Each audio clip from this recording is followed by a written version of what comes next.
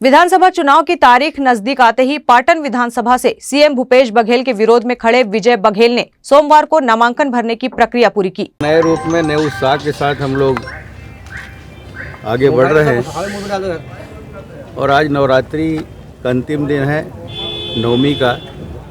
इसलिए आप सबके माध्यम से जितने भी लोग मुझे सुन रहे हैं, मुझे देख रहे हैं, मैं सबको नवरात्रि के इस नवमी की पावन बधाई देता हूँ, शुभकामनाएं देता हूँ।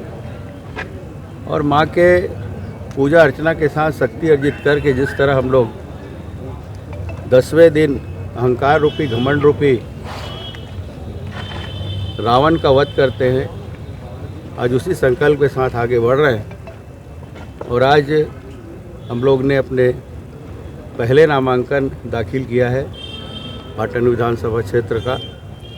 उसी संकल्प को दोहराते हुए कि आज जो छत्तीसगढ़ में घमंड, द्वेष, झूठ फरेब की सरकार चल रही है, नशाखोरी और सट्टा जुआ की सरकार चल रही है, सिर्फ भ्रष्टाचार के अलावा कुछ नहीं है। इस सरकार को उखाड़ फेंकने का संकल्प लेकर हम लोग आज बहुत उत्साह और ऊर्जा के साथ माँ की पूजा के बाद हम लोग यहाँ कृत संकल्पित होते हुए नामांकन दाखिल किए हैं। और पूर्ण विश्वास है कि इस अभियान में जनता जनार्दन जो भगवान के रूप में है, भारतीय जनता पार्टी के साथ है।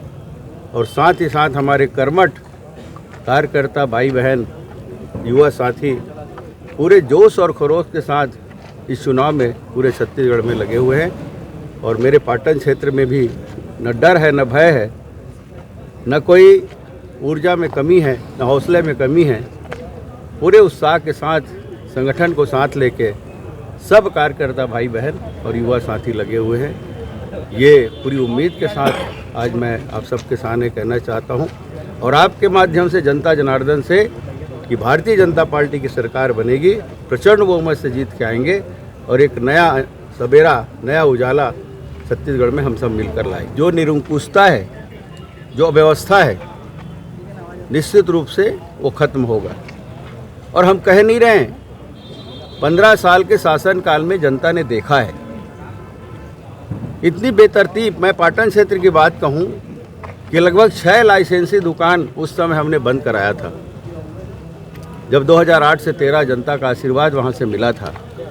इससे पहले वहां फिर यही मुख्यमंत्री वहां पे विधायक थे, लेकिन जो बेतरतीब वहाँ अव्यवस्था थी उसको ठीक किए थे। और सभी ग्राम पंचायतों में हमने विकास किया। दुर्भावना की कहीं भी एक लकीर नहीं थी चेहरे पे। और चाहे वो कांग्रेस का सरपंच हो, चाहे किसी और पार्टी का हो, वहाँ हमने विकास की रोशनी पहुँचाई डॉक्टर रमन सिंह जी के आशीर्वाद से। प्रत्यक्ष उदाहरण है, हम कह नहीं रहे, हम करके दिखा चुके हैं। लेकिन उसके बाद जो दुर्गति हो रही है पाटन क्षेत्र में, जो दुर्वावेश के साथ वहाँ काम किया जा रहा है, वो दिख रहा है। निर्दोष लोगों के ऊपर धारा लगाया गया है। हमारे 4-4, 5-5 साथी, मैं तो 6 साथी को बेकसूर को जेल भेज दिया गया। उनका दोष सिर्फ ये था कि कोरोना काल में जो वहाँ चामगांव एम में इतनी विकराल स्थिति थी शराब लेने वालों की, धमतरी से, भिलाई से, रायपुर से, दुर्ग से, सब जगह से वहाँ ग्राहक आ रहे थे। लगभग 15 से 20 हज़ार की भीड़ लगती थी जब एकदम चढ़ाव में था कोरोना काल। उस समय मुख्यमंत्री के क्षेत्र में इस तरह विकराल स्थिति थी, उसको बंद कराने के लिए हमारे साथी पूरे अनुशासित तरीके से लगे हुए थे। और हमारे भाई लोकमणि जी यहाँ उपस्थित हैं, 3 महीने से ऊपर जेल रहे। राजा पाठक जी रहे, आशीष शर्मा जी रहे, जितेंद्र सेन, राजेश चौहान और मुकुंद विश्वकर्मा, इन गरीबों को उसके घर से उठा के ले आए। एक महिला हमारी जिला पंचायत की सदस्य है, बहन हर्षा लोकमणि चंद्राकर, उनके ऊपर शराब डकैती की धारा लगाई गई। इस तरह बेशर्मी भरा वहाँ पे कुशासन इनके सरकार में चल रही है और मुख्यमंत्री के क्षेत्र में चल रही है। एक तरफ मोदी जी कोरोना के लिए दवाई और वैक्सीन की व्यवस्था में लगे थे, एक तरफ ये लोग शराब के बोतलें घर पहुंचाने की सेवा कर रहे थे।